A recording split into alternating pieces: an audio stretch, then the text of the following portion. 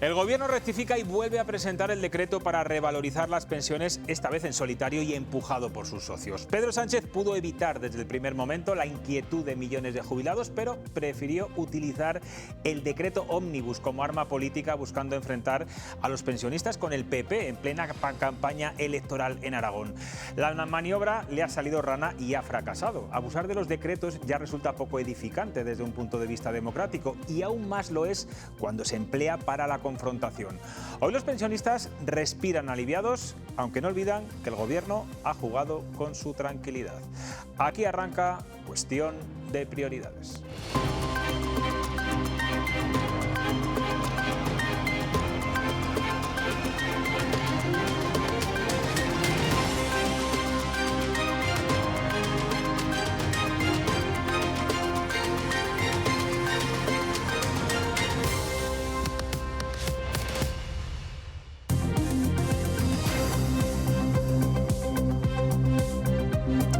¿Qué tal están? Buenas noches. Imaginen por un momento que tienen un piso en el que viven y otros dos que alquilan.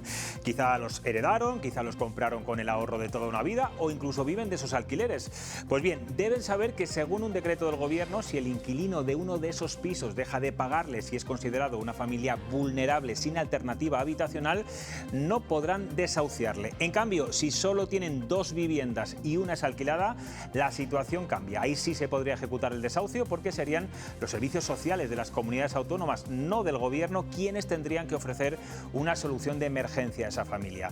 Es decir, cuantos más pisos tenga un propietario, menos capacidad tiene para recuperar su vivienda. Y aquí surge un debate de fondo, si hay que contraponer el derecho a la vivienda con el derecho a la propiedad privada, y si deben ser los propietarios o las administraciones las que ayuden a las familias sin recursos. Este es uno de los decretos aprobados hoy en el Consejo de Ministros, y ahora sí se desgaja de la revalorización de las pensiones, que va de forma separada, como exigía Junts y también el Partido Popular. Laura Zemplanos, buenas noches. El Gobierno rectifica y el decreto ómnibus desaparece. Buenas noches, José Luis. Pues vamos a intentar desgranar cómo queda. Lo recordarán, la semana pasada decaía el decreto ómnibus, que incluía medidas de diverso tipo. El Gobierno rectifica y lo divide. Por un lado, el decreto de las pensiones de forma individual, que se espera que sea aprobado por el Congreso. Con él, las pensiones contributivas aumentarán un 2,7% y el resto, las mínimas, subirán un 7% y las no contributivas un 11,4%. ¿Y qué pasa con el resto de medidas? Pues pasan a otro decreto que el Gobierno denomina escudo social. Aquí, entre ellas, ayudas para los incendios, ayudas también para la DANA y la medida que ha generado más polémica, la prórroga antidesahucios.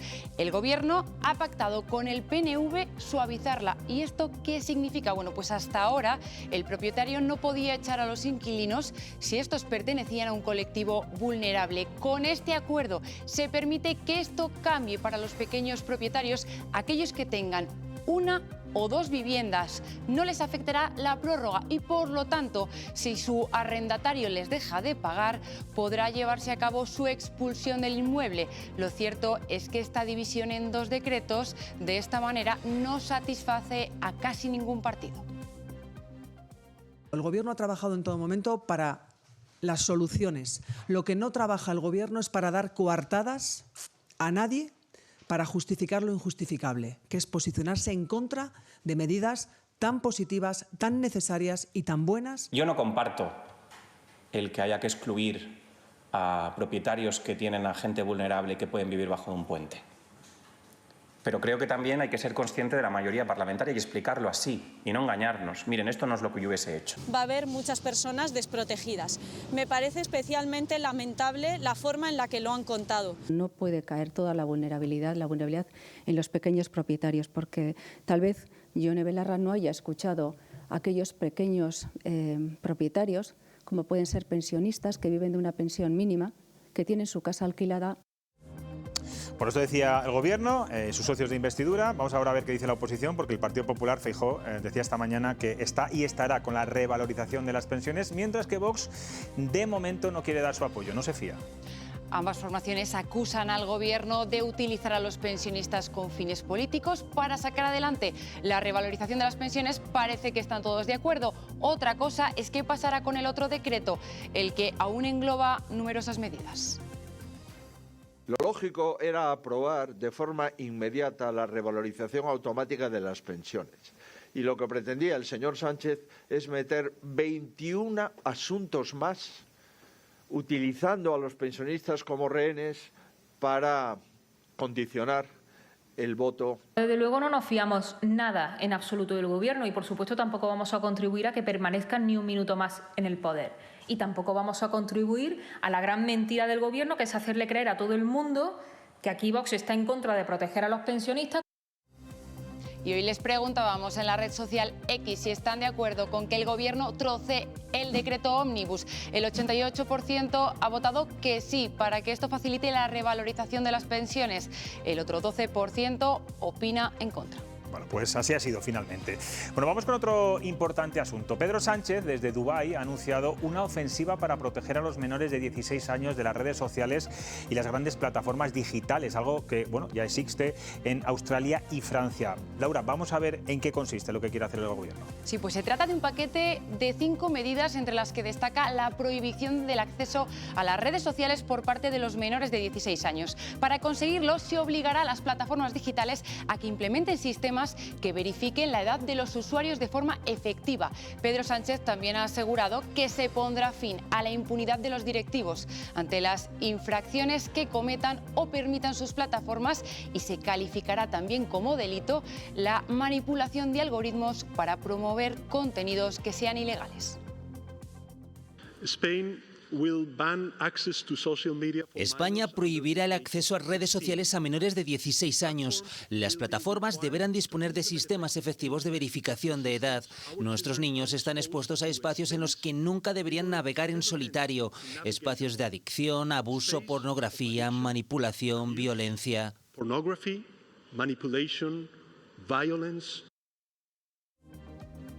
Bueno, les voy a dar dos datos que son realmente preocupantes. Somos el país, España, donde antes empieza a usar Instagram, la red social Instagram, a los 13 años. Y el 25% de los niños que tienen solamente 7 años ya tienen la red social TikTok. Bueno, con este asunto vamos a empezar, pero primero voy a presentar a los contertulios que me acompañan esta noche. Pablo Lago, Javier Gómez Caloca, Isabel Pérez Espinosa, Silvia González. Buenas noches a los cuatro. Voy a preguntar a Silvia porque es la que más afectada puede estar, que tiene niños de esas edades, y me gustaría saber, bueno, pues aunque todavía falta por concretar cómo se puede llevar a cabo todos estos controles para verificar la edad, etcétera. Se habla si puede ser incluso por el rostro facial y algún tipo de técnica, bueno, pues más moderna. ¿Qué te parece? ¿Cómo te suena? Bueno, a mí me parece muy interesante todo lo que sea controlar el uso de los dispositivos y el uso que tienen los menores de Internet. Me parece fundamental. Obviamente, el primer trabajo lo debemos hacer desde casa, lo hacemos, pero ¿cuántos padres están? No, por eso, ¿cuántos padres están desesperados porque no consiguen controlar el acceso que tienen sus hijos a tantos contenidos? A mí me parece fundamental, pero es verdad que para controlar el acceso a esas plataformas, a esas redes sociales, debe estar regulado, pero también debemos controlar los padres en qué edad les ponemos a su disposición dispositivos que luego obviamente no vamos a poder controlar. Me parece una medida fundamental. Yo creo que es la tendencia que están desarrollando en todos los países. Hemos visto Australia, hemos visto en Francia. En Francia todavía lo tiene que aprobar el Senado, quieren implementarlo a partir del mes de septiembre. Claro, eso es interesante. Tenemos el primer país que lo hizo fue Australia. Es verdad que se han cerrado miles de cuentas, pero claro, yo creo que estas medidas hay que implementarlas o hay que desarrollarlas con medidas. Y a mí es lo que me parece más complicado. Es verdad que hemos hablado con expertos hoy y dicen que hay plataformas, que hay tecnología, que la IA ha venido para quedarse y podemos aprovechar todas las facilidades, las opciones que nos pone, como el reconocimiento facial. Pero claro, luego hay que ver de qué manera se canalizan, cómo se implementan estas medidas y si verdaderamente vamos a ser capaces de controlar, porque obviamente es difícil. O sea, ¿quién ahora mismo, qué padre puede saber qué es lo que está haciendo su hijo en este momento con su dispositivo? Si funcionan los controles parentales. Yo creo que todos les hemos puesto esa aplicación, ¿no?, que te dice que te controla el consumo, te controla el tipo de contenidos a los que pueden acceder. ¿Y cuántas veces te has dado cuenta, por lo menos mis hijos, que tienen no una, sino 2 o 3 cuentas diferentes de Instagram? Cuando tú solo controlas una.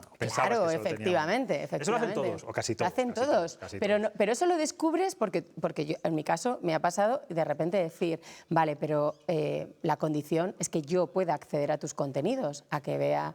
Luego ya tienes lo de los mejores amigos, los que ya estás excluida, obviamente, y luego ya cuando descubres que además de eso, que ya no puedes acceder a esos contenidos porque no eres su mejor amigo, tienen otras 2 o 3 cuentas que para mi gusto, o sea, no le encuentro ningún sentido. Qué importantes son las madres y padres del colegio, que a veces nos chivamos de estas cosas. Sí, es verdad. Isabel, fíjate, hoy escuchaba que había habido una encuesta en Reino Unido en la que los escolares decían que ellos estarían dispuestos a no tener este tipo de redes, pero con una condición, que el resto, el compañero, tampoco. Es decir, que ellos son conscientes de que esto es peligroso, pero que también es un arma de sociabilización y de entendimiento para tener pues amistades y tener relaciones, ¿no? Lo decía muy bien Silvia, es decir, los primeros responsables y los más interesados en el bienestar de sus hijos son y somos los padres.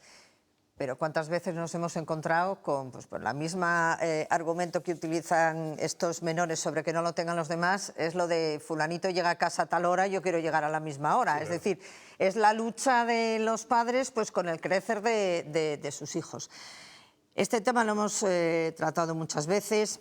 El acceso con móviles o la utilización de instrumentos digitales en las aulas, si se les tiene que permitir, si no, si nos hemos ido demasiado allá con utilizarlo como herramientas escolares y acabamos presentando un entorno digital en el que no podemos controlar. Que está volviendo esa tendencia. Claro, lo que pasa que en muchos colegios están volviendo al papel. En ese debate volvemos a encontrarnos con un presidente que pone encima de la mesa un asunto que su propio gobierno ya tiene a través de un proyecto de ley tramitándose desde el 2024.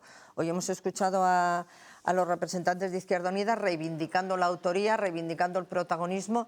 Hablaba del oeste salvaje y la ministra hace 4 meses del territorio salvaje, con lo cual es que ya se copian hasta la frasecita para el tuit. La verdad está molestos. Bueno, a ver, si desde el 2024, un ministerio que tenemos de Juventud e Infancia, que ya me contarán para qué queremos un ministerio de Juventud e Infancia, un ministerio para eso, cuando cualquier materia de esas puede estar imbricada en cualquier otro departamento ministerial. Hace un proyecto de ley, lo presentas, lo llevan a trámite parlamentario, se acepta la toma en consideración, se abre el plazo de presentación de enmiendas, los distintos grupos han presentado. Hoy también salía la reivindicación del Partido Popular diciendo, si nosotros hemos presentado 50 enmiendas para endurecer el acceso, para proponer también modificaciones tanto en el Código Penal como en la Ley de Responsabilidad Penal de los Menores, que afecta también a algunos de los aspectos de la protección de los niños y de los adolescentes en el entorno digital. Y ahora nos encontramos con que estamos aquí todos luchando de quién es la cosa. ¿Por qué razón desde el 2024 tenemos un proyecto de ley y estamos todavía en el trámite de enmiendas? Venga, Javier, ¿por qué ahora? ¿Por qué ahora? ¿Por qué crees que ocurre ahora? Cuando se están peleando entre ellos quién ha sido el originario. En el mundo hay 200 países y vamos los quintos o los sextos, yo creo que no vamos mal. La Unión Europea ha sido, me parece que en noviembre, cuando el Parlamento Europeo ha aprobado una resolución sobre esta materia. A mí me parece fundamental. Yo creo, no sé por qué ahora, pero creo que es fundamental avanzar en ese camino. Pero hay que hacerlo bien. Yo espero que sea con consenso y con mucha pedagogía, porque podemos ocasionar, si no, una brecha generacional terrible que ya, estoy convencido, va a intentar ser aprovechada por la extrema derecha. Las declaraciones de Abascal de hoy van en ese sentido.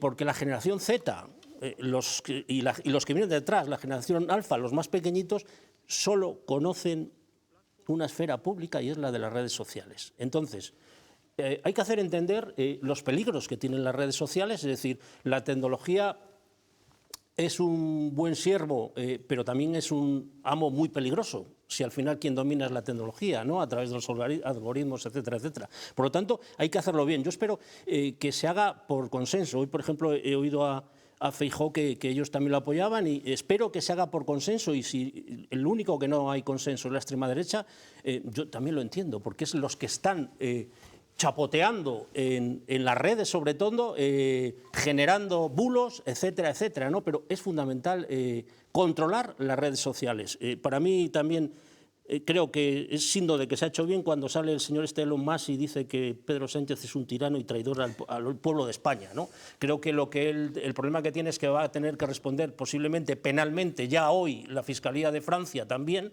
le ha pedido que se persone en Francia, ¿no? Y sus responsables en España pues serán quien tengan que responder. Bueno, yo solo digo que ojalá esta medida se hubiera puesto en marcha hace muchos años, lo digo por lo que me toca, por mis hijas, que en fin, ya han superado esos 16 años, en el caso de una de ellas. Pablo. Bueno, yo no sé, se ha ido el presidente a Dubái a anunciar de repente esto. Yo creo que es mentira. Lo primero que, ¿No te lo crees? No, por supuesto. Como han dicho que llevamos tramitando este asunto de mucho tiempo, no me lo creo. Creo que exactamente tiran más para tenernos entretenidos charlando sobre este asunto, que es enormemente delicado. Es enormemente delicado, pero no para proteger a los menores de las redes sociales, hay que protegernos a todos de las redes sociales. Esto, ¿cómo se acaba con esto? No poniendo puertas al campo, porque me parece muy difícil poner puertas al campo, lo contaba antes Silvia. ¿Cómo vas a controlar tú que el crío no da unos datos, deja de dar unos datos? ¿Cómo te viene a entender si eso no es que vamos a tener a la policía persiguiendo domicilios a ver si los... Es que no lo acabo de entender. Cuando lo que hay que perseguir es a las compañías. Que una de las primeras cosas con las que hay que acabar es con el anonimato de las redes sociales, que es lo que debe hacer un país. Pero es que además creo que esto no es una cuestión de una legislación local, hispana. Creo que debe ser una legislación... No sé para qué está Europa. Si hablamos de estos Europa temas... ha marcado, no, pero un momento, si hablamos... las directrices, ¿eh? Sí, déjame que yo te he dejado hablar a ti. Si está Europa, y aparte de marcar la directrices no lo hacemos, porque yo, claro, el caso este de Australia, pues es que lo hacen en Australia, como si fuera la panacea. Bueno, coño, en Australia también hay canguros, a ver si nos va a dar por repoblar esto de canguros, no digo yo porque lo hagan en Australia. Francia ha empezado, ha sido pionero, de hecho hoy la Europol y la policía, pero ha intervenido la sede de X en Francia y han entrado. Y es lo que hay que hacer, fundamentalmente acabar con toda la escoria, con toda la delincuencia, con todos los odiadores que esconde el anonimato de las redes sociales. Porque nosotros estamos aquí, somos tertulianos, y si nosotros difamamos, propagamos odio, algún tipo de tipo delictivo que está en el Código Penal, mañana nos meten para adelante, escucha, y vamos al juez y el juez nos da lo que nos tiene que dar. Pero es que las redes sociales están llenas de todo esto y no se hace nada. Insisto, hay que proteger no solo a los pequeños, a los jóvenes, a los de 16 años, creo que hay que protegernos a todos. Pero insisto, no os preocupéis que no va a hacer nada. Bueno, vamos con otro asunto. Isabel, es que habéis hecho unas intervenciones muy largas los cuatro. Os voy a pedir que seáis más breves también, porque si no hay muchos temas de los que hablar. Quiero que hablemos de ese decreto antidesahucios. A partir de más de 2 viviendas no se puede desahuciar al inquilino que no pague. Es como, digamos, tener un derecho de la propiedad solo un poquito. ¿Más de 2 viviendas consideráis que son grandes tenedores, que es lo que se habla últimamente? Yo creo que son más de 10, pero bueno, no sé. La definición de gran tenedor, según la última ley de vivienda, son más de 10.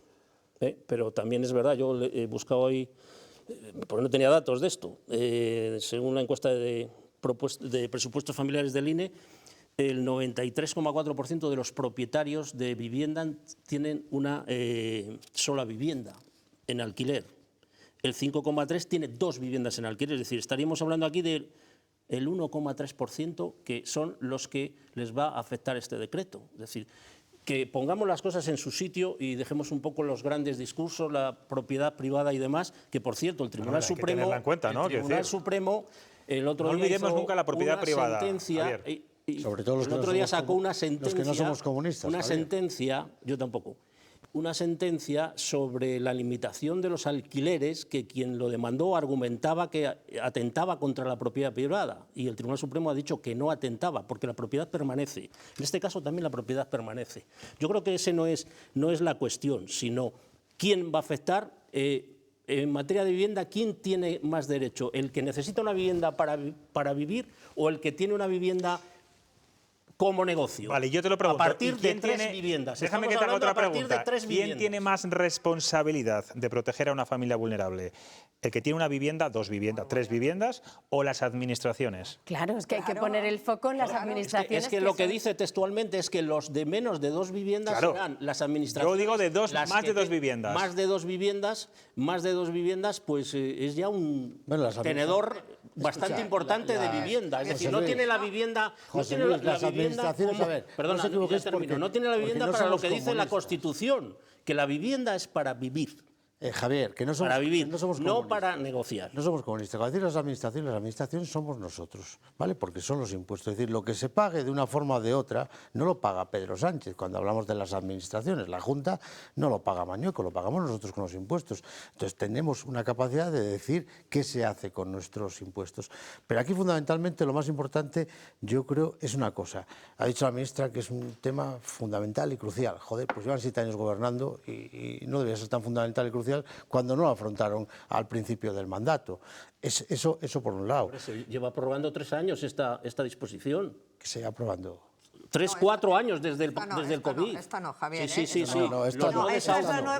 La que incluye la que va a liberar a los propietarios de una vivienda es con la modificación del PNV. Pero antes eran todos. Hasta ahora eran todos. Y te voy a decir una cosa. Pues a mí no me parece absolutamente no sé por qué el porcentaje sea un 1%, un 7%, dices que no te importa. Yo no sé, insisto, aquí hay un modelo... Me importan los 70.000 que se pueden ir a la calle. Especialmente hay un modelo, por ejemplo en Castilla y León lo hemos hablado muchas veces, del ahorrador tradicional que va al ladrillo, ¿no? Pues porque no se fía, entre otras cosas, por las cosas que han pasado con las burbujas, con Lehman Brothers, con todo esto, y hay gente que ahorra en el ladrillo. Y esa gente ha dedicado su esfuerzo y a lo mejor tienen 3 viviendas, pero son todos los ahorros que los han ganado con un esfuerzo, ¿no? Es decir, no es Ana Patricia Botín, no te confundas, con esa gente, que a lo mejor tiene en el pueblo, tiene otra... Pero ¿por qué ha dedicado su ahorro y su esfuerzo a eso? Yo no sé por qué... Esos tienen que ser las víctimas de las cosas. No la tienen en alquiler. Estamos hablando de viviendas que tengan en alquiler. No, en propiedad. O no las alquilan. Javier, en propiedad. O no las alquilan por el riesgo. Estamos hablando de que tiene uno que vive allí. Pero tú imagínate, te voy a poner... O no las alquilan por el riesgo. Te voy a poner otro supuesto, lo he puesto al principio. Una persona que tiene como dice Pablo, una vivienda en el pueblo. Tú tienes una vivienda en el pueblo, luego tienes tu vivienda en Palencia. Sí. Y quieres alquilar otra vivienda porque has heredado. Sí. Otra vivienda porque has heredado. Ya no puedes. O sea, ya puedes. Si te entra una familia vulnerable que no te paga, no puedes echarla de esa vivienda. Pero si solo tengo una en alquiler. Si estamos hablando de viviendas en alquiler. Son viviendas en propiedad. No lo entiendo en propiedad. Yo creo que hay que diferenciar varios conceptos. Uno, la parte de especulación, que es real. Luego está el derecho a la vivienda que tenemos todos los ciudadanos y luego está el perfil del pequeño propietario que quiere rentabilizar una casa que no le está dando uso y que además es muy necesaria por el problema de carencia que ahora mismo tenemos de vivienda. Estáis hablando del pueblo. ¿Cuántos pueblos están intentando crecer y no tienen la posibilidad de alojar a aquellas personas que quieren atraer, pues porque hay puestos de trabajo que cubrir y la gente no se puede quedar? O sea, ¿y cuánta gente, Silvia, va a dejar de alquilar? Lo cual va a suponer un aumento en el precio del alquiler. Y luego es que estamos hablando de una realidad. O sea, yo llevo 10 años alquilando una casa y he pagado todos los años y no ha faltado ni un céntimo. O sea, es que estamos partiendo ya de que hay familias que son vulnerables. No, pero hay familias que son vulnerables y ¿por qué el pequeño propietario tiene que asumir esos costes que no asume la administración si verdaderamente esa administración ha catalogado a esa familia como vulnerable? ¿Por qué tengo que ser yo el que he puesto mi casa a disposición con un contrato? Pero no solamente no porque lo que hay que hacer es el alquiler. Claro, no puedes claro, vas a tener que asumir todos los gastos. Hay 3.600.000 viviendas de alquiler en España y estamos hablando de una medida para proteger a 50.000, 70.000, depende de los datos que se utilizan. Estamos hablando de una medida que afecta a menos del 1% y siempre es vulnerabilidad sobrevenida, no es alguien que alquila y el primer mes deja de pagar. Estamos hablando de los jetas, de los delincuentes, de los que usurpan. Sí. Ahora sí estamos hablando. Por eso hay que diferenciarlo. Y esto se resolvería, además de legislando eso y protegiendo a las familias que puedan caer en vulnerabilidad, ¿Sabes cuántas Teniendo denuncias ha habido? dejas Por eso, acabar. ¿Sabes cuántas denuncias ha habido el año Pero me dejas 24? acabar. me dejas 16.000 en toda España. Joder, ¿Te parecen ¿no te pocas? parecen pocas? 16.000 propietarios afectados, Hombre, ¿te parecen pocos? Tenemos un parque de 24 millones de viviendas, es decir, estamos hablando del 0,057%. ¿Y por qué esos 16.000? ¿Y por qué esos 60.000 se van a quedar en la calle, debajo del puente? Perdona, ¿por qué esos 16.000? de tu casa. ¿Por qué esos de tu casa, 16.000 Maraño. propietarios? Yo tengo casas que puedo alquilar. Javier, pero el problema es que no lo Javier. tiene que asumir el propietario de esa vivienda. Su Pero la situación. vivienda es para vivir o es para alquilar y convertirla en bien de cambio. No, No pues es un ¿sabes lo bien que de pasa? uso. Es que el hecho de que Según tú la alquiles una Constitución. vivienda no significa que estás especulando con ella. La estás poniendo en el especulando, mercado. no. Y ahí hay un contrato. Pero Yo hay un le derecho estoy- primario que es el derecho a la vivienda. ¿Pero por qué la tengo que, pero por qué el tengo derecho que a la vivienda. asumirlo yo? Ser el Y a la propietario propiedad el que privada tiene también. que asumir. ¿Por qué tiene que ser el propietario el que tiene que asumir? No solamente que no le pagan pero que el Estado le compensa, Isabel, que el Estado le Javier, ¿me compensa dejas 300 millones de euros. ¿Me dejas terminar? Para eso. El Estado no. Bueno, me dejas No, que empezar. no somos comunistas, Javier, que ya te he dicho que ¿Me no. dejas Dale con los empezar, comunistas, que Javier? yo no soy comunista. Claro, pero es que tú dices que Isabel, el Estado, como si el Isabel. Estado fuera A ver, un vamos a ente ver. El ajeno. Estado, sus presupuestos tienen 300 millones de euros para compensar, al propietario, Los ciudadanos. al propietario que no Es cobra. que yo no quiero que me compense el Pero Estado. estáis diciendo que No la administración quiero, que hace, perdona. el Estado compensa eso, lo que no le puede pagar, A ver, bueno, lo que no le puede Javier, pagar. vamos a escuchar a Isabel. Vamos a ver, Javier. Estamos hablando que el decreto que se llevó la semana pasada, el Omnibus, ni siquiera contemplaba eso. Estamos hablando del de hoy. Bueno, que veremos a ver si se aprueba, porque Junts todavía no ha dicho que lo va a Junts aprobar. ha dicho que no lo va a aprobar. Junts ha dicho que no lo va a Ha dicho aprobar. que tiene que Pero analizar la letra no, pequeña. Ha dicho que no no, lo va a ha dicho ya que no. Nogueras ha dicho Pero al vamos, principio que no lo va a pero aprobar. vamos a ver, me da lo mismo con una vivienda que con dos viviendas. Vamos a ver, Javier, ¿por qué el propietario privado, que como decía Pablo, ha destinado sus ingresos y Su sus esfuerzo, ahorros, su trabajo, puede hacer lo que le dé ha la gana con percibido ello. en invertirlo en una vivienda, O en el IBEX. no solamente tiene que con el impago del alquiler que no recibe, además hacerse cargo de los suministros, porque la familia vulnerable coge y además no paga el gas, no paga la luz, y eso también tiene que afrontarlo, el propietario. Pero es que yo como propietaria, si lo fuera, Sí. no quiero que el Estado me recompense nada. No quiero cobrar una ayuda También del se Estado. compensa. Quiero que... No, bueno, eso lo estás hombre, diciendo sí. tú. Bueno, No, no, muchas comunidades. eso es la Pero serie. hay comunidades que lo compensan. Es Javier, decir, Javier. Es un problema de legislación. Vete a Arroyo de la Encomienda. Pero la vivienda vete a Arroyo- es un derecho. Ya, en la segunda de La Cataluña, vivienda es un acércate a derecho, Arroyo no de es la- un Arroyo bien. de la No es un bien de Encomienda, consumo, a una no es un bien de urbanización- a una urbanización ¿Y por del qué, Sareb, del Sareb, Javier, vinculada al Pablo, Estado? por qué a una persona que tenga dos viviendas y finalmente la alquile y bueno sea una familia vulnerable, ahí, O sea, en que ese caso se convierta en o vulnerable. se convierta en vulnerable, en ese caso los servicios sociales sí le van a dar una solución habitacional y uno con una vivienda más, ¿no? Bueno, pues porque se ha determinado así, se entiende claro, que, ya, sí, que pero- una hay que fijar un porque umbral. hay que tragar con con la dos, fórmula esta. al de dos le va a pagar Que el tenía Estado que el responder coste. a lo que le pedía el Porque hay que PNV tragar y con ya la está. fórmula esta, Bueno, ¿no? de momento, Junts dice que no lo va a apoyar porque le parece un poco lo que están opinando Isabel, No, Silvia yo no he y opinado Pablo. nada, Perdona, José Luis. Yo no he abierto la boca en este tema. Porque no he podido. No he podido A decir mí me ha tres quedado muy frases clara tu seguidas. opinión. A mí me ha quedado muy clara tu Pues, chico, opinión. porque te la imaginarás, pero pues, ni tres pues frases lo que opinan seguidas. Silvia y Pablo, Claro. mientras que Podemos ha dicho que no, por todo lo contrario, porque dice que se queda corto, que quieren que también los que tengan dos viviendas y alquilen una puedan pues tener también esa prórroga de desahucios. Incluso que tenga uno que lo pueden echar a la calle también, aunque tenga su... A tanto no Es llegan. una medida de derechas. Sí, Además, lo ha sí, dicho Pablo sí, sí, Fernández sí, sí. esta mañana en Valladolid. Y que le parecía un asco, además, ha dicho textualmente Ione Belarra. Bueno, este domingo, ahora te doy la palabra, Isabel, que No, que te quejas. ya de la vivienda ya no me vale. Este domingo se celebran las elecciones en Aragón, como saben, pero aquí en Castilla y León ya estamos inmersos pues en la pre-campaña. Estos días hemos ido conociendo las listas, algunas promesas electorales y cada candidato va tomando posiciones estratégicas. Alfonso Fernández Mañueco trata de ganar votos a Vox, un partido del que podría depender para gobernar según la mayoría de las encuestas, y para ello ha vuelto a lanzar la idea de la pinza entre Vox y el Partido Socialista. Hoy ha recordado las 100 votaciones que ambos partidos han compartido en las Cortes Autonómicas. Desde Vox dicen, de hecho, Mañueco dice que Vox se ha convertido en la muleta de los socialistas en muchas de ellas.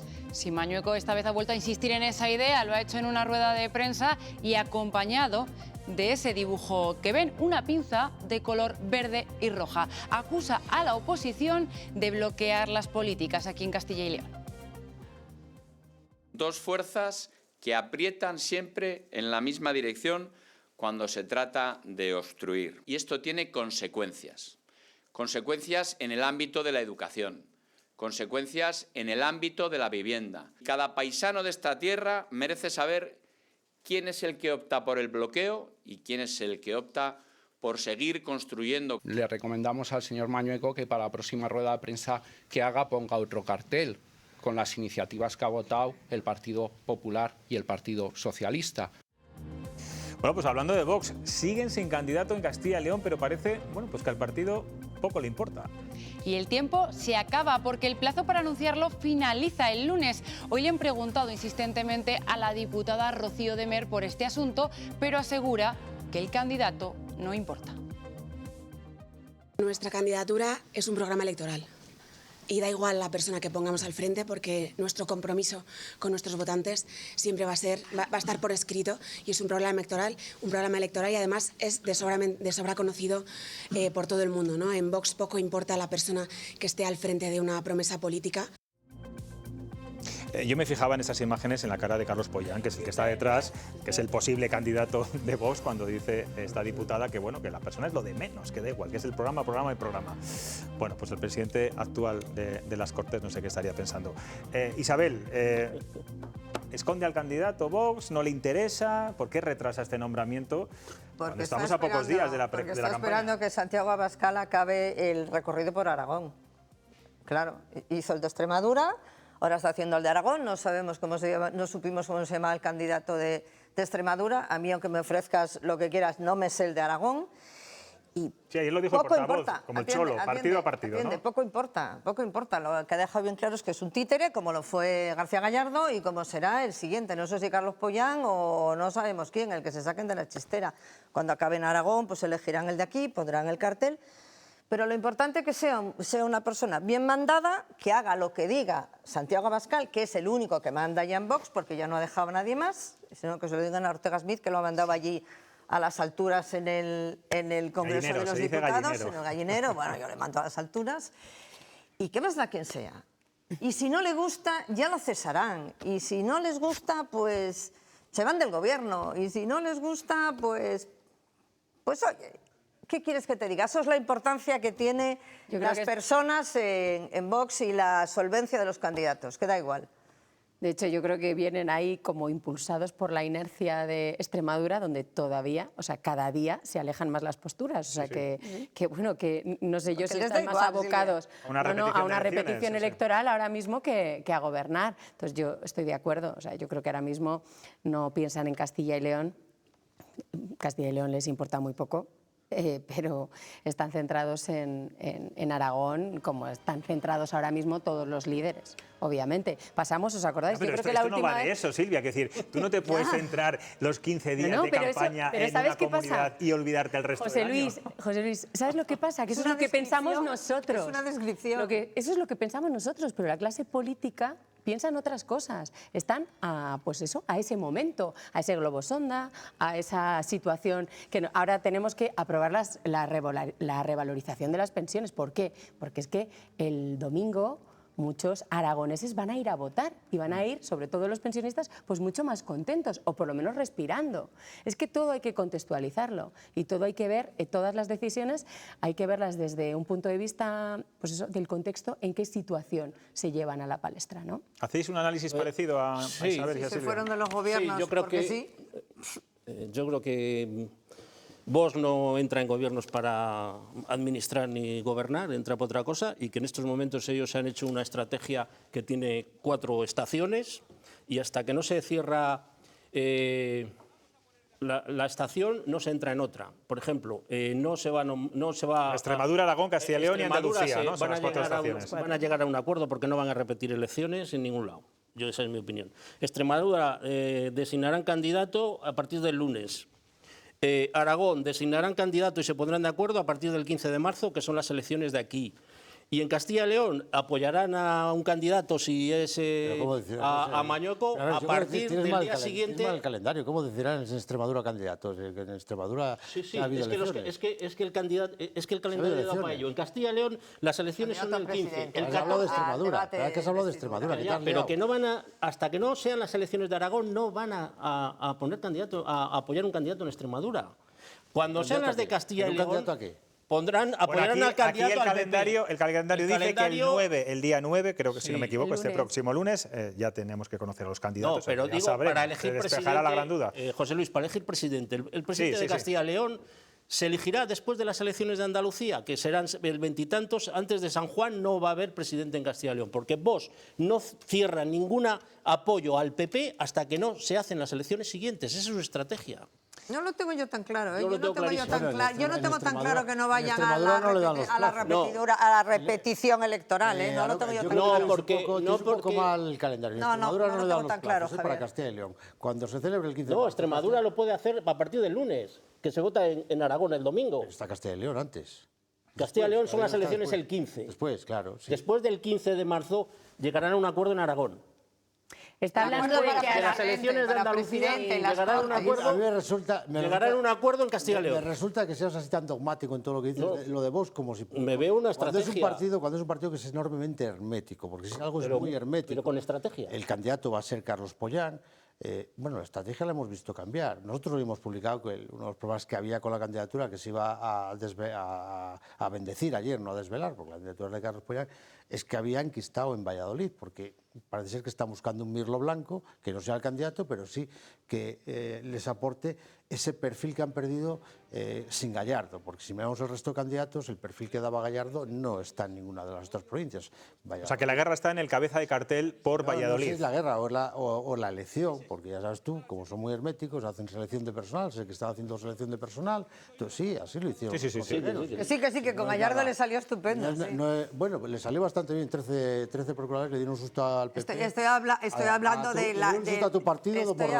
del desarrollo político. Vamos a ver el susto que le han dado en Extremadura, el que le van a dar en Aragón al PP, y yo creo que en Castilla y León ya llegaron al 17%, que es donde están ahora. Tampoco se pueden mirar los ciclos de la misma forma, que son dos ciclos diferentes. En la última tertulia que estuve aquí hace un mes, dije que vamos a ver si Vox, que le gusta experimentar, lo digo con toda la prudencia de lo que es los partidos políticos hoy en día, si no vemos la repetición, lo dije y lo vuelvo a repetir, si no vemos una repetición electoral en Extremadura, porque a Vox le gusta experimentar qué pasa con las cosas, y uno de los lugares para poder experimentar eso, de ver cómo le resulta la repetición electoral, es Extremadura. Y Pablo, ¿será capaz el PP de Castilla y León de conseguir que Vox aquí no crezca tanto? Y veíamos esa campaña, digamos, de la pinza PSOE-PP, PSOE-Vox. A ver, es que estamos mirando dos ciclos distintos. El ciclo del 22 en Castilla y León es el 17% que ahora mismo está... No estoy diciendo que crezca como en Extremadura, que eso es imposible. El ciclo de Extremadura viene de una vaguada, de una caída, que fue cuando bajaron los 31 diputados, si os acordáis, coincidiendo con las generales. Entonces, yo creo que la gente está haciendo... Es decir, si Vox obtiene un 17%, 13 procuradores en las próximas, será un exitazo. Que nadie piense que es que se han estancado, ni mucho menos. Será un exitazo que es el mismo exitazo que tiene ahora mismo en Extremadura o el que van a cosechar en Aragón próximamente. Y en Aragón también. Me gustaría que fuera así, Pablo. Me gustaría que fuera así, pero... No, yo estoy haciendo un análisis de los datos. Yo no digo lo que me gustaría y no me gustaría. Yo creo que... Yo te estoy haciendo un análisis de los datos y de los ciclos. No estoy diciendo lo que me gustaría. Estoy relatando unos hechos. Hay un trasvase de votos a Vox, no solo del PP, sino, como dice José Luis, también van a subir al 30%, sino también del Partido Socialista. ¿Pero quieres decir que van a subir al 30%? No, al 30 no. Pero entonces, ¿a cuánto van a subir en Castilla y León? Más cerca del 20 que del 15, seguro. En Castilla y León. Sí. ¿Que van a sorpasar al PSOE? No lo creo. Pues se van a quedar ahí con el aliento. Pero sí tengo una cosa clara. Las 4 provincias que eligen 7, el número 3 del PSOE y del PP, que se encomienden o hagan arrogativas que consideren más oportunas. Bueno, pero eso pasa siempre. El puesto del infarto depende según las provincias. Según las provincias depende, depende de la ley, depende. Claro, depende de la ley y depende del último procurador. Siempre ha sido 3-3-1. No, cuando era Ciudadanos o cuando era Vox. 3-3-1. Y en estos momentos va todo más encaminado a ser un 3-2. Pero, por ejemplo, ¿veis posible lo que ocurrió en Extremadura, que hubo municipios, en Badajoz, si no me equivoco, que Vox superó al Partido Socialista? Hay encuestas que en Teruel es la cuarta formación del Partido Socialista y Vox le supera. ¿Esto podría ocurrir a lo mejor en circunscripciones más pequeñas, como Soria, por ejemplo?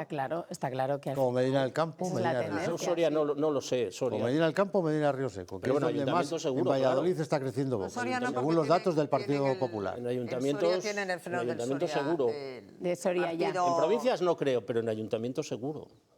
En ayuntamientos seguro. En ayuntamientos seguro, yo creo en provincias. Seguro. Pero bueno, todo viene dado por, Aquí el por PP la hecatombe, todo viene dado por la mejor. hecatombe del Partido Socialista, que no ha leído, cuando hablaba esto de las firmas, lo de menos es las votaciones, porque el Partido Popular también ha votado con el PSOE, pero sí han estado zanganeando y zascandileando el Partido Socialista, el grupo socialista en las Cortes, ha zascandileado mucho con Vox, sin darse cuenta que lo que estaba haciendo es alimentar a Vox, porque nunca pensaron que les fuera a morder Vox, como ya les mordió en el 22. No es nuevo en Castilla y León. El 22 ya Vox mordió al Partido Socialista y ahora va a seguir mordiéndole al Partido Socialista. Y seguramente estemos ante una hecatombe considerable del Partido Socialista. Mucho más al PP. Es tan sencillo como ver dónde están las bolsas de voto en otros países.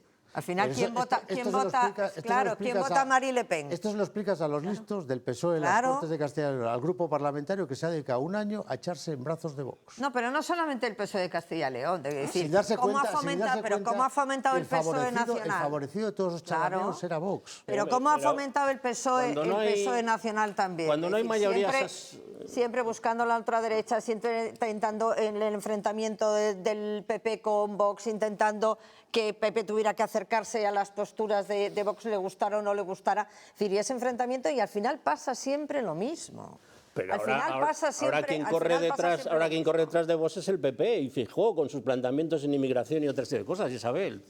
De todas maneras, cuando no hay mayorías absolutas, yo creo que más que de pinzas, lo que se produce son coincidencias en votaciones, casi siempre en contra de algo y nunca a favor de nada. Yo he hablado de chalaneos casi siempre en contra de algo y nunca a favor de nada. Porque en el Congreso de los Diputados se han producido muchas votaciones que han coincidido Vox, Junts y el PP. Que yo estoy hablando de chalaneos. Hombre, que será lo lógico, Javier. ¿Pero qué quieres decir? Lo raro es que coincida Junts con Sumar. ¿Qué es chalaneo?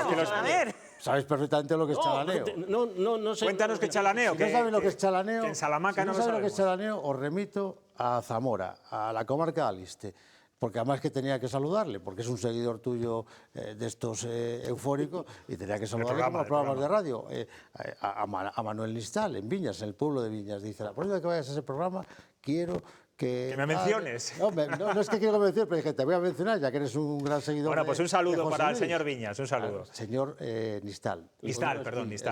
Vale. Si no sabes lo que es chalaneo, os doy luego el teléfono del señor Manuel Nistal y le llamáis y os lo explico. Pero explica tú, porque la gente está diciendo, ¿qué es eso del chalaneo del Grupo Parlamentario Socialista con vos? Bueno, lo que ha llevado haciendo el último año.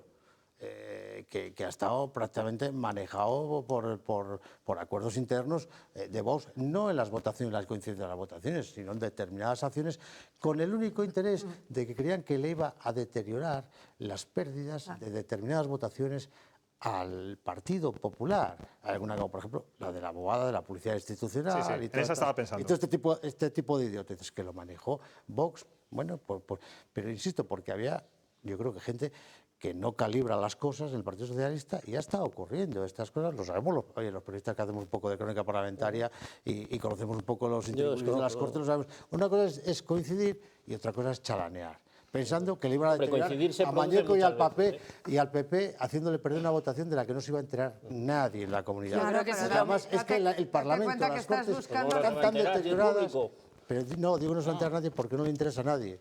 Sobre todo porque es un golpe muy duro para el PSOE. Las pinzas existen desde hace mucho tiempo. Las pinzas y las coincidencias estratégicas. Acordaros de la pinza en Guitaznar, acordaros de cómo el PP cuando no hay mayorías, fomentó a Podemos para ver si podía hacer el sorpaso con el PSOE. Y todo ha tenido siempre el mismo resultado. En ese negocio siempre hay uno que se beneficia y otro que se perjudica. Pero va a ser doloroso para el PSOE si efectivamente se cumplen las expectativas. Y es que en el 22 al final el granero de votos fue del Partido Popular y en estas elecciones muchos de los votantes van a proceder de las filas socialistas o de los votantes socialistas. Bueno, chalanear significa tratar los negocios con maña y destreza propias de chalanes.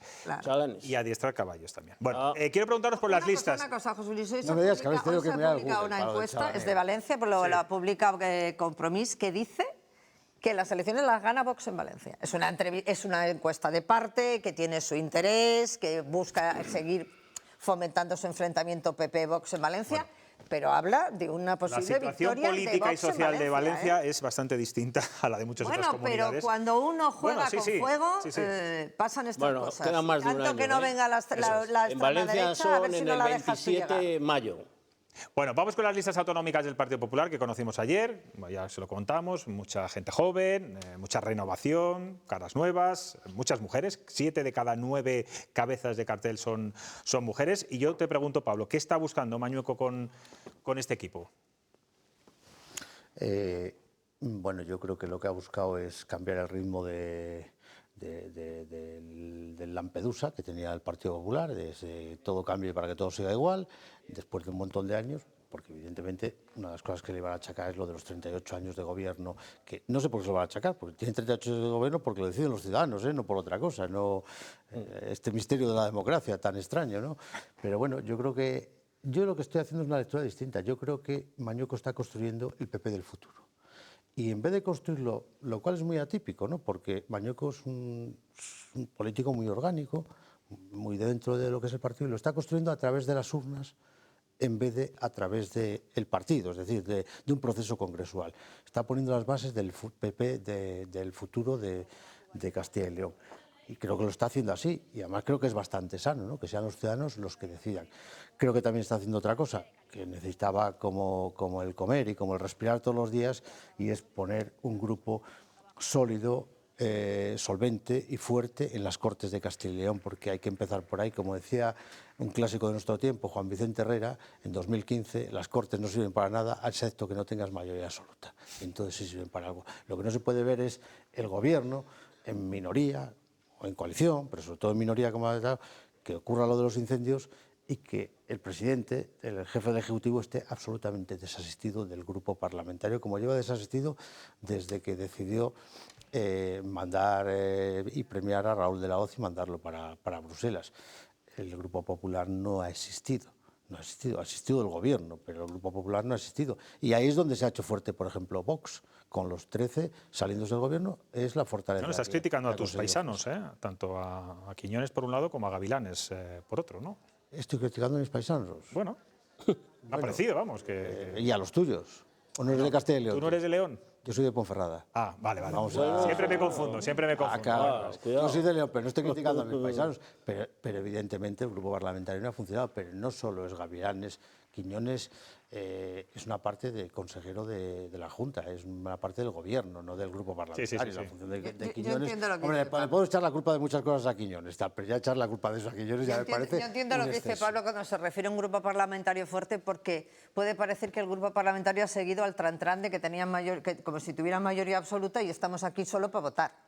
¿Sabes? Esos grupos parlamentarios que al final las listas se descabezan porque acaban formando parte del gobierno, unos de consejero, otros de directores generales, otros en no sé qué empresa. Ha habido ocasiones en las que no ha sabido ni levantar la mano. Claro, y entonces acabas teniendo... Que tenía que dar la instrucción, que hay uno para dar una instrucción de levantar la mano, parlamentario, en función de si marcaba 2, 3 o 1. Un grupo parlamentario. Es verdad que el protagonismo que tiene el grupo parlamentario que está en el poder es mucho menor que el que está en la oposición, que se reparten más juego, hacen preguntas José Luis, orales. Pero cuando tienes un grupo parlamentario del gobierno, cuando tienes mayoría absoluta, donde realmente las intervenciones se las baten los consejeros con la oposición y los diputados el protagonismo que tiene un ministro de aquí, Óscar Puente, aparte de por la tragedia de los trenes ahora, el protagonismo que ha tenido parlamentario el ministro, que es el que ha ejercido de verdadero portavoz parlamentario del gobierno. Fíjate si tiene importancia la fuerza que ha tenido Óscar Puente en los parlamentos, semanalmente prácticamente, a la hora de cuando tienes un gobierno que no tiene esa mayoría aplastante, donde, insisto, lo decía alguien que yo creo que sabe más que nosotros, que es un clásico, es Juan Vicente Herrera. Las Cortes no sirven para nada, excepto que no tengas mayoría. Tú necesitas parlamentarios que puedan debatir con los parlamentarios de la oposición, es decir, y que puedas mantener un debate, trabajar y defender a tu gobierno. Es decir, que tienes que hacer algo más que estar allí calentando el sillón. Algo más claro, la crisis de los incendios. No. Pero ¿viste salir a alguien del grupo parlamentario? Brevemente, tuvo que ser Mañueco, el presidente, el que tuvo que salir en todas las tertulias, en todas las televisiones, en todos los sitios. Cuando esa es una labor de un procurador. Bueno, es una labor, yo creo que yo creo que la gravedad exigía que fuera él. La gravedad de la situación exigía que era él. Y yo creo que, bueno... Pues en lo de los trenes ha salido dando la cara y lo ha resuelto bastante bien. En la crisis de los trenes, pese a algunas meteduras de pata que ha tenido, no ha salido el presidente del gobierno. El que ha salido al primer corte es el ministro del ramo. Ahora hablamos de Puente, Quiero escuchar a Javier ya por último, un minuto, que no sea publicidad. Pablo tiene mucha más información que yo, ¿no? No te yo desde otro ámbito, y viendo lo que ha sucedido con las listas en Palencia, puedo tener una opinión no tan armada como tú tienes, de que seguramente es necesario, gente tal, el partido del futuro, sino creo que se ha optado, evidentemente, por poner 7 mujeres. El caso de Palencia es que es curioso, es decir, ponen de cabecera de lista a la que iba número 2 y a Carriedo, que lleva de cabecera de lista no sé cuánto tiempo. Yo llegué a pensar, digo, Carriedo ya lo deja, le ponen de número 2. Y Burgos. Simplemente ha habido un cambio. Creo que es una operación un poco más... Un poco más por el tema de... Estratégica. Un poco más estratégica, entendiendo lo que dices y que un partido que, aunque gobierne, va a estar en minoría, necesita un grupo parlamentario fuerte.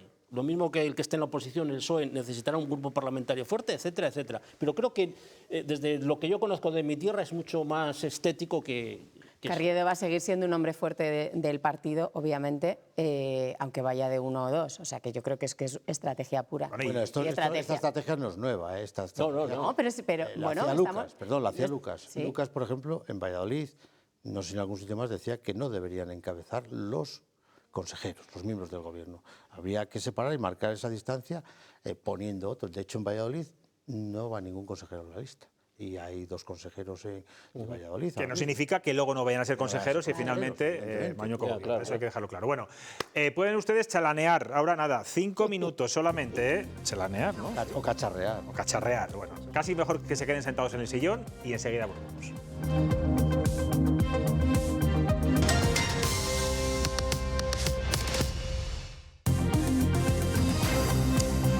Bueno, todos los sindicatos ferroviarios de Renfe y Adif y los maquinistas se han manifestado hoy a las puertas del Ministerio de Transportes para exigir más seguridad y más inversiones en la red ferroviaria española. Recuerdan que el accidente de Adamuz debe marcar un punto de inflexión para conseguir cambios en el sector. Laura, de momento mantienen la huelga.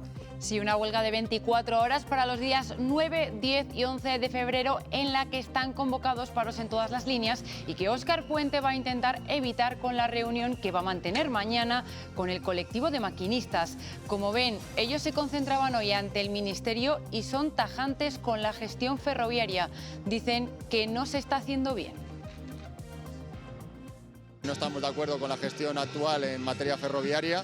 Reivindicamos cambios en el mantenimiento de las infraestructuras, cambios inmediatos a medio y a largo plazo para que todas estas causas que han provocado estos accidentes y estos incidentes no se vuelvan a repetir. De momento nosotros tenemos convocados estos paros para los días lunes, martes y miércoles, además de esta concentración. Bueno, pues el ministro Puente ha admitido hoy en el Congreso el descontrol ferroviario y ha pedido disculpas a los usuarios por la tardanza de las soluciones. Puente achaca el deterioro de Rodalies en Cataluña al abandono del PP, pero la principal culpa del estado de las vías férreas en España la tiene clara. Laura. El ministro señala al cambio climático. Puente se ha referido en varias ocasiones de su intervención a él. Dice que está afectando a la infraestructura y que de hecho también es el culpable de que se esté tardando más en arreglar la vía del tramo de Adamuz. Para la reapertura de este tramo, la vía entre Madrid y Andalucía, aún no hay fecha. Llamarles la atención sobre los fenómenos meteorológicos extremos que se están produciendo en nuestra geografía, ante los que algunos quieren cerrar los ojos, ponerse anteojeras, no quieren ver, no quieren escuchar. Esto está sucediendo, es una consecuencia directa del cambio climático que estamos viviendo y es una afectación a nuestras infraestructuras sobre las que no valen los parámetros con los que hemos estado trabajando en los tiempos pretéritos, incluso en el tiempo presente. Y también turno en el Senado para el presidente de Adif, que hoy, pese a todos los accidentes e incidentes de las últimas semanas, ha defendido la seguridad de la infraestructura. La red ferroviaria no está colapsada, la red ferroviaria tiene más capacidad, lo dicen perfectamente los datos de la Agencia Europea de Seguridad Ferroviaria y de todos los clústeres de operadores ferroviarios europeos. Le puedo decir que la red ferroviaria es segura. Bueno, pues como se lo venimos contando estos días, sigue siendo un caos los rodalíes en Cataluña. La línea Madrid-Barcelona tiene menos servicio, los últimos servicios no están llegando para hacer esa revisión de las vías. Y como decía antes Laura, Madrid-Andalucía, el AVE Madrid-Sevilla, sigue suspendido. Y aunque Óscar Puente ha ido dando fechas, la última fue el 10 de febrero, bueno, pues hoy ya ha descartado cualquier fecha concreta porque no se sabe. Pero la culpa, Silvia, es del cambio climático. Mira, yo no soy técnica, no soy ingeniera para negar que el cambio climático tenga o no que ver en el estado de las infraestructuras. Yo creo que Óscar Puente, hoy decía Pablo Fernández que está realizando una buena campaña comunicativa. A ver, a mí me parece que lo positivo es que él está respondiendo, está atendiendo, está tratando de explicar a una situación para la que todavía no hay una explicación. Entonces, yo esa parte no soy capaz de saber cuáles son las causas. Eso puede llevar a más confusión que a información. Desde luego que el no tener esa información y el estar en todo momento hablando, tratando de dar explicaciones, pues no ayuda. Y las explicaciones, por ejemplo, también del responsable de Adif hoy en el Senado diciendo que la infraestructura es segura, pues contradice un poco con el mensaje de no, es que ahora vamos a reducir la velocidad. ¿Por qué estamos reduciendo la velocidad? ¿Significa que antes, cuando íbamos a 350 kilómetros, no era seguro? Ahora sí. O sea, yo creo que lo que hay que poner el foco es en la necesidad de asegurar toda la infraestructura, de invertir en la mejora de toda la red ferroviaria de nuestro país. Yo creo que el error hasta este momento ha sido tratar de invertir, de convertirnos en el país europeo con mayor mayor kilómetros de red de alta velocidad sin dotar a esas infraestructuras de las medidas de seguridad necesarias para que un accidente como el de Adamuz no se produzca. Silvia, decías tú que por qué se están reduciendo la velocidad de alta velocidad. Es que ese mensaje genera mucha intranquilidad. Fíjate la explicación que ha dado Óscar Puente, que yo creo que vuelve otra vez a cometer el mismo error y a caer sobre la misma piedra. Vuelve a insistir que es porque hay muchas peticiones de los maquinistas porque están muy sensibilizados por la muerte de dos compañeros, cuando los maquinistas, clarísimamente, yo entrevistaba el lunes pasado, hace 2 lunes, al que acaba de salir, al secretario del sindicato de maquinistas, sí, y que decían que no tiene nada que ver con que hayan muerto 2 personas, que por supuesto son sus compañeros y no debía haberse producido nunca ese accidente, sino porque son profesionales y porque están viendo que en ciertos lugares las vías están mal. Pues se podría haber manifestado antes y nos hubiéramos ahorrado 46 muertos también, y no lo voy a echar. Bueno, no es cuestión de manifestarse. Hay informes, Pablo, hay informes. Claro. Son demandas legítimas. Lo que quiero decir, ellos van por el canal oficial, que es lo que tienen que hacer. Las denuncias que van poniendo y que están poniendo ya las llevan poniendo tiempo. Vamos a ver, aquí lo que ha ocurrido es que también hay que ver las cosas desde un prisma de cierta frialdad y prudencia. Ha habido un accidente y los accidentes cambian las cosas. Hay accidentes aéreos, por ejemplo, que cambian la regulación europea. El accidente de Angrois, sin ir más lejos, yo recuerdo que yo no me imaginaba que un tren que podía ir a 200 por hora pudiera depender de que el que lo pilotaba estuviera viendo una tablet o no estuviera viendo una tablet, o estuviera viendo chicas desnudas en el teléfono móvil, como ocurrió. Que ya no lo del el pie ese del pedal de hombre muerto, sino que creí que el tren más moderno del mundo, las vías más modernas del mundo, hombre, tendría algún mecanismo de seguridad de que si al tipo se le iba la olla y el tren iba a 180 por una curva, el propio tren frenaría. Bueno, pues no lo había. Aquello cambió toda la normativa de seguridad europea, por ejemplo. Y claro, ¿Cuándo ocurren estas cosas? ¿Cuándo se cambia la normativa? Cuando ocurren tragedias. Insisto, en la aviación, así de veces. Sí. Así de veces. Bueno, desde las Torres Gemelas hasta el choque de los aviones en el año 81 en Barajas, hasta el accidente de mayor número de muertos en los rodeos, por ejemplo. Han cambiado la regulación y la normativa a los siniestros, porque claro, son siniestros que es verdad que luego miras la tasa y es el transporte más seguro. Pero claro, si se estrella un tren, se mueren 40 personas, se matan, o 80, y si se estrella un avión, pues se mueren 200, y eso genera una alarma. Entonces yo es lo que creo que hay que ver un poco con esa perspectiva. Ahora, claro, bueno, hay que los maquinistas dicen que llevan denunciando esto no sé cuánto tiempo. Joder, pues os podéis haber manifestado antes, caray. Bueno, yo creo que las demandas de los maquinistas son legítimas. Y pero es se verdad podían haber que, manifestado antes. Bueno, pero son legítimas. Tú estás diciendo que los accidentes al final cambian las cosas. Claro. O sea, no tienes más que hacer kilómetros por Castilla y León y ver el estado en el que están tantas y tantas carreteras. Tantas y tantas carreteras al final, pues no. ¿Quieres que te las delimite las autovías, como están en cada tramo? Claro, por eso te digo. Las comarcales. Las comarcales y las autovías principales. Las autovías. Y más ahora, por ejemplo, con este tren de borrascas, que las máquinas quitanieves al final van levantando el asfalto y es que es imposible ir por la carretera sin sujetar con muchísima fuerza. Claro. O sea, porque estamos hablando de las infraestructuras ferroviarias y yo creo que es importante que pongamos el foco ahí. Porque es verdad que hasta ahora, pues como el tren, como el avión son los medios de locomoción más seguros que hay ahora mismo. Yo creo que es importante que trabajemos en la seguridad. Y si verdaderamente el cambio climático está afectando a las vías y a la infraestructura ferroviaria, pues habrá que ver cuáles son las medidas. Pero a mí me parece injusto, Pablo, que culpes a los maquinistas por no haberse manifestado antes. Yo no he dicho eso. Solo faltaba, Pablo. No he dicho eso. He dicho que podían haberse manifestado antes, carajo. Eso es lo que he dicho, ¿vale? El tema. Lo que decía Silvia, pero hay que explicarle a la gente también que, claro, que no puede tener autovías por todas partes. Porque, claro, hay que explicar a la gente que ¿para qué necesitamos 2 autovías a Madrid desde Valladolid, por ejemplo? Porque eso tiene un coste. Porque tenemos 2 autovías para ir a Madrid. Una por Tordesillas y otra por... No, pero los que viven en Segovia tienen derecho a ir a... No, pero hablo de Valladolid. Bueno, ya, es que para ir de Madrid de Valladolid a Madrid tienes que pasar por Segovia. Pero lo que hay que hacer es hacer un enlace. Cuéllar... Lo que hay que hacer es hacer un enlace de Segovia. Bueno, mira cuántas comunidades están reclamando su alta velocidad, que no la tienen, ¿no? Bueno, o sea, que todas las comunidades que están ahí en la lista. Entonces, si tenemos todo eso, cuesta dinero. Isabel. Perdón. Sobre la política de comunicación de Óscar Puente, habla, un día dice una cosa, otro dice otra, que hay contradicciones y luego llega a decir, es que a veces me equivoco porque yo de esto no entiendo.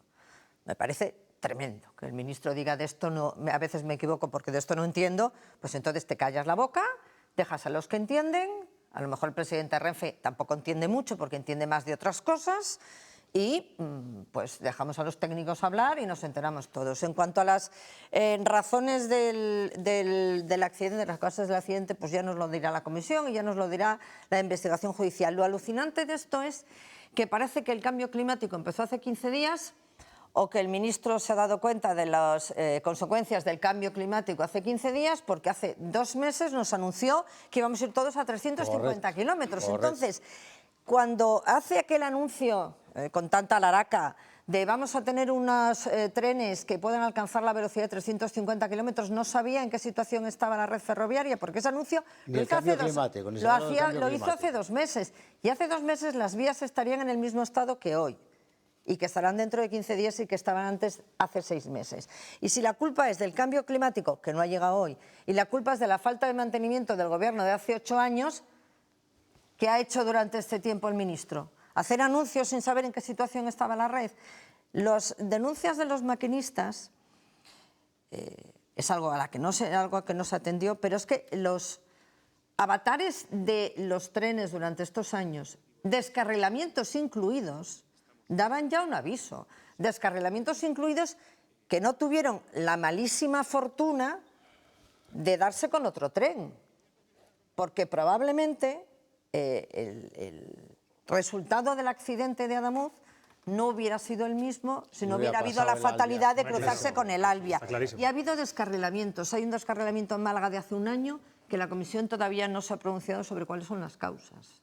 Entonces, con esa situación del sistema ferroviario, que la culpa de la falta de mantenimiento, por tanto, reconoce que la sabía, y los efectos del cambio climático, que no son de hace 15 días, ¿Qué hace anunciando los 350 kilómetros?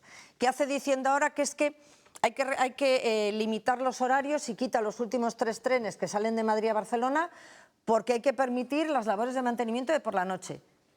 Pero desde hace 15 días aquí hay que permitirlas, o hace 15 días las labores de mantenimiento se cumplían. Bruselas calificó de obsoleta la línea AVE Madrid-Sevilla. Pero no teníamos... Pero José Luis, habla de que hay que poner la seguridad por encima de otras circunstancias, pero no era necesaria la seguridad hace un mes. Los horarios de hace un mes para hacer las revisiones eran suficientes. Y en Angrois también. Y los de ahora no. La seguridad y se mataron 80 personas porque el tren más moderno del mundo, no gobernando el Partido Socialista, ni Pedro Sánchez, ni Óscar Puente siendo ministro y siendo presidente además de la Comunidad.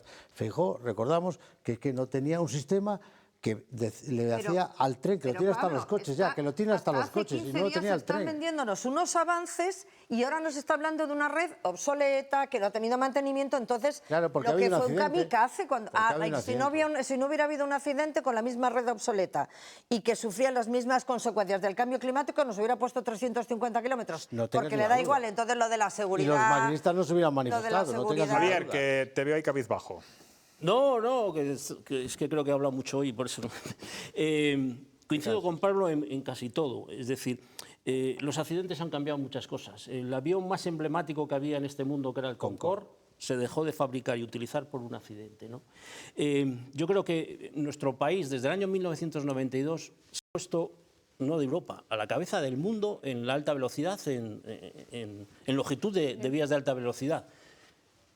¿Eso ha sido bueno? Seguramente. Ha sido fundamental en las comunicaciones, pero quizás nos hemos dedicado a crecer, a hacer nuevas vías, incluso ya se estaba planteando aumentar la velocidad de las existentes cuando casualmente la vía del AVE más antigua es la Palencia, Madrid-Sevilla. Madrid-Sevilla y Madrid-Barcelona, que es donde se están produciendo los incidentes, ¿no? La mala suerte de este accidente que pasará una vez cada 1 millón, ¿no? Entonces, quizás hemos ido creciendo, hemos ido invirtiendo, mejorando en trenes, mejorando la vía y hemos olvidado todos, desde el año 92 para acá, parte de lo que es el necesario mantenimiento de la alta velocidad. Luego entran 2 compañías nuevas que se supone que sobre la misma infraestructura ya circulan más trenes, por lo tanto... Y a un precio irrisorio los creo viajes. Que se viaja más, no nos olvidemos. Se viaja más. Es que vamos a saber... Lo del precio irrisorio vamos a dejarlo. Sí, hombre, un precio... Perdona, el precio... Valladolid más de 7 euros, Valladolid más de 7 euros. Perdona, 8 euros. El precio irrisorio vamos a dejarlo. Vale, más de 7 euros. Respecto a lo que había, Isabel, sí, ¿no? Perdona, claro. 75 euros un billete Valladolid-Oviedo. Pero yo hablo de los irrisorios, no hablo de los caros. Perdona, no, vosotros entráis en la página... Depende de las compañías. No, Renfe. Las compañías. Mira, vamos a ver... Pero en Renfe también es difícil. Claro, no, vamos a ver. Ese es un problema Isabel, ese es un problema de que no está liberalizada todavía esa línea como la de Galicia. Mira, ese es un problema de que eso no costó nunca. Ese billete no costaba ese precio. Y de un año para aquí... Hombre, porque sabe, caray. Y cuando ya era AVE, Pablo. Vamos a ver, no me des lecciones de lo que cuestan los billetes. ¿Sabes por qué no está liberalizada, entre otras cosas, la línea? ¿Sabes por qué no está liberalizada la línea? Porque Ana Pastor paró todas las infraestructuras de esta comunidad. Entonces falta por acabar la doble línea. Euros a Ana Pastor.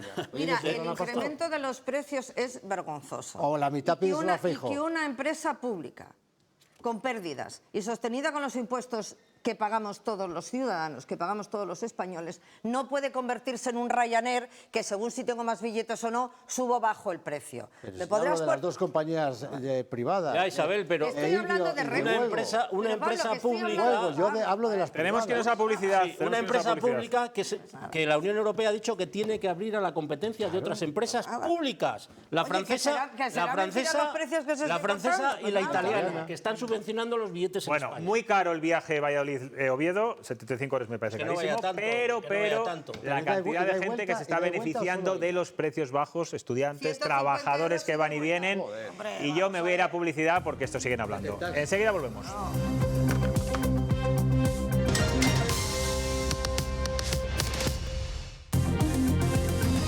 Bueno, llevamos ya muchos meses en los que el gobierno nos habla de lo bien que va la economía como un cohete, llegó a decir Pedro Sánchez hace ya un tiempo. Pero el caso es que esas cifras macro no se corresponden después con las que sufren muchas familias día a día. Hoy el dato del paro es un buen ejemplo. Ha aumentado en España en 20.300 personas, el peor enero desde el año 2012. Bueno, pues Chema Nieto quiere que debatamos un poco sobre todas estas cifras.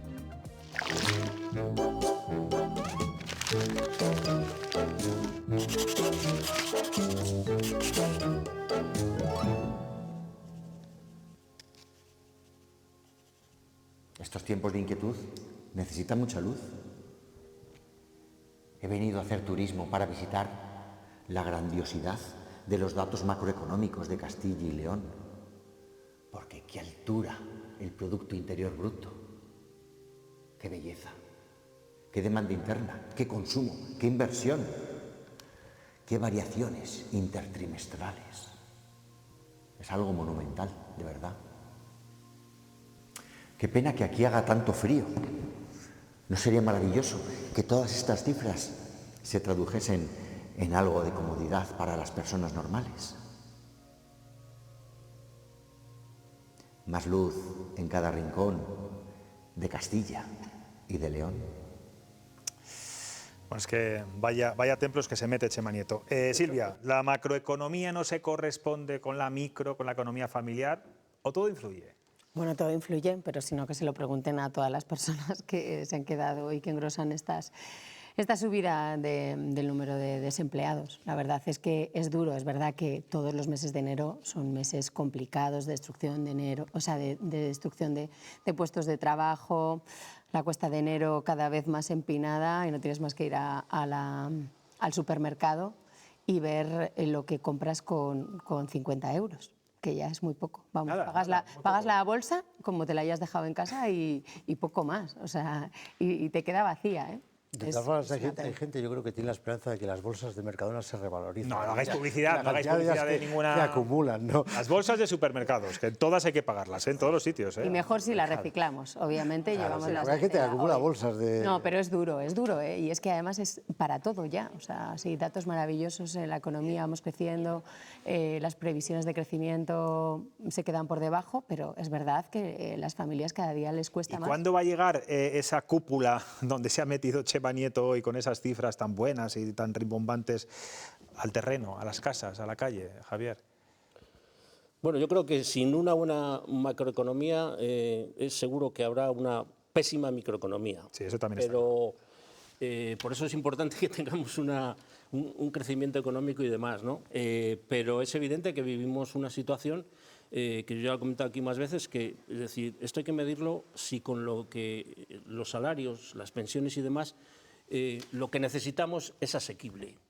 Si no es asequible, pues tenemos un problema. Por mucho que suban los salarios, por mucho que suban las pensiones, que están subiendo, tanto los salarios como las pensiones, más que en los años pasados, pero, sin embargo, no podemos comprar una vivienda, los productos de primera necesidad también suben. Entonces, ese es un problema que está afectando no solo a este país, sino a muchos países. Se está viendo que el gran problema de las democracias en este momento es que los ciudadanos ven como, aunque la economía vaya bien en general, para ellos hay muchas cosas que tienen que ser asequibles y no lo son. Y eso crea enfado, Isabel, porque al final el ciudadano lo está padeciendo en su casa, claro. No, porque tú cuando vas a hacer la compra todos los días o todas las semanas, ves lo que comprabas antes y ves lo que compras ahora. Y ves que cualquier producto que antes costaba 1 euro ahora cuesta 3, 4 o 5. Y entonces a ti no se te ha multiplicado ni por 2, ni por 3, ni por 4 el salario. Con lo cual es imposible percibir esas grandes macrocifras cuando las tienes que llevar a tu día a día, a tu economía doméstica, a tu cómo llego a final de mes. El gas, la luz, cualquier otro de los servicios, suministros básicos que tienes en casa. Con lo cual es muy difícil que el ciudadano lo perciba.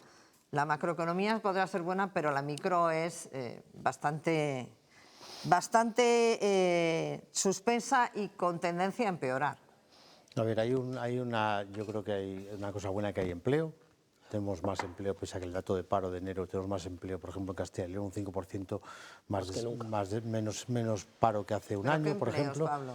Bueno, te voy a acabar. Lo que se está produciendo es lo que habláis vosotros, y es que lo que se está produciendo es una brecha cada vez más grande entre la clase media y la clase baja, y porque de todos los que habláis de la luz, resulta que resulta hasta ofensivo, insultante, y deberían, yo creo, taparse un poco ahora que vamos a ver resultados. Las eléctricas ganan más que nunca, las gasísticas ganan más que nunca, las petroleras están ganando más que nunca, los bancos están ganando más que nunca, pero como dices tú, el poder adquisitivo de la clase, sobre todo la clase baja, se ha perdido enormemente. Y la media, la clase media. media. Pero sobre todo la baja, que es la más vulnerable. La brecha cada vez es más distante entre los ricos y los que menos tienen. Y eso es pernicioso para las democracias, como muy bien decía aquí el compañero. Es muy pernicioso para la convivencia de la democracia, porque, insisto, vamos a estar viendo estos días, hoy ha dado resultados algún banco, como no se puede decir marca, según tú, y ha alardeado que el histórico, el mejor histórico. Bueno, y el que tiene la cartilla... Caja, ¿no? Estamos hablando de vale. Habla del Santander. Y el que tiene la cartilla allí dice, joder, pues a mí esto no me Pues a mí no me renta. Claro, no me cuenta esto. A mí no me da. Es muy peligroso. Perdona. Y los supermercados, como no se puede decir supermercados, vamos a esperar cuando dé resultados los supermercados. No vamos a decir marcas, como Mercado. Que serán buenos. Que serán muy buenos. Serán espectaculares ya, pero claro, los macros, la bolsa, hay algo que no está... Eso es lo que la gente no está entiende. funcionando. Los hoteles, claro. Hay ganancias por encima del 20%. Bueno, el caso es que esto lo vemos todos los días, lo sufrimos todos los días, y la clave es esa, ir al supermercado, ir a la tienda, llenar una bolsa, y ahí vemos el antes y el después, de no hace tanto tiempo, cuando hacíamos una buena compra con 100 euros, que cargábamos el carro, Coño, y ahora con 100 euros... hasta que a la Unión Europea le dio por revolucionar y aplicar políticas del año 73, y dijo que para enfriar la economía, para frenar la inflación, que no la ha frenado, decidió subir los tipos. Y a la gente, porque tú el supermercado al final, cuando es sobre todo familias vulnerables, al final compras la marca blanca, compras lo otro, te más o menos organizas, pero es que la hipoteca, a la gente que tiene hipoteca, ahora han bajado los tipos. 250 euros más al mes, escucha, lo manda al carajo. Pablo, es imposible, carajo, ¿no? es imposible. En mi casa somos dos y yo he hecho cuentas de lo que gastamos en comida, en el supermercado, y te puedo garantizar que todo bastante normalito, y me empiezo a plantear tener 2 niños, 3 niños en casa, y digo, es imposible, es imposible. Con los sueldos que hay, no les puede dar. Yo no sé qué les dan de bueno, al pero final, no como les dicen puede las dar. economías y como han hecho nuestras abuelas, salen adelante. Siempre se sale adelante, pero es verdad que con muchos sacrificios. Una asturiana sale adelante sin ningún problema. Una asturiana más. Aunque mira, que está ahí, que le duele lo de los 75 euros de pagar. Que vaya menos, No le duele los 75. No, tendrá que ir a ver a la familia. Atiende, ya no voy en tren. José Luis. Ya no voy en tren. No le duelen los 75 de IVA. Bueno, pues paga el peaje de la autopista, que son más de 15 euros. Claro, 15 euros de peaje porque somos los únicos. Claro, es que no sé que lo negoció el Gran Cascos, aquello. Es decir, que aquí hay no, que no todos. solo lo prorrogó. Bueno, vámonos ya, nos tenemos que marchar, En Madrid también hay peaje. Seguimos hablando de cascos y de Asturias y de lo que queráis, pero ya fuera de emisión. Pablo, Javier, Silvia, Isabel, gracias como siempre. Un placer, como siempre. Nos vemos mañana, 10:30, aquí en Cuestión de Prioridades. Descansen y disfruten. Adiós.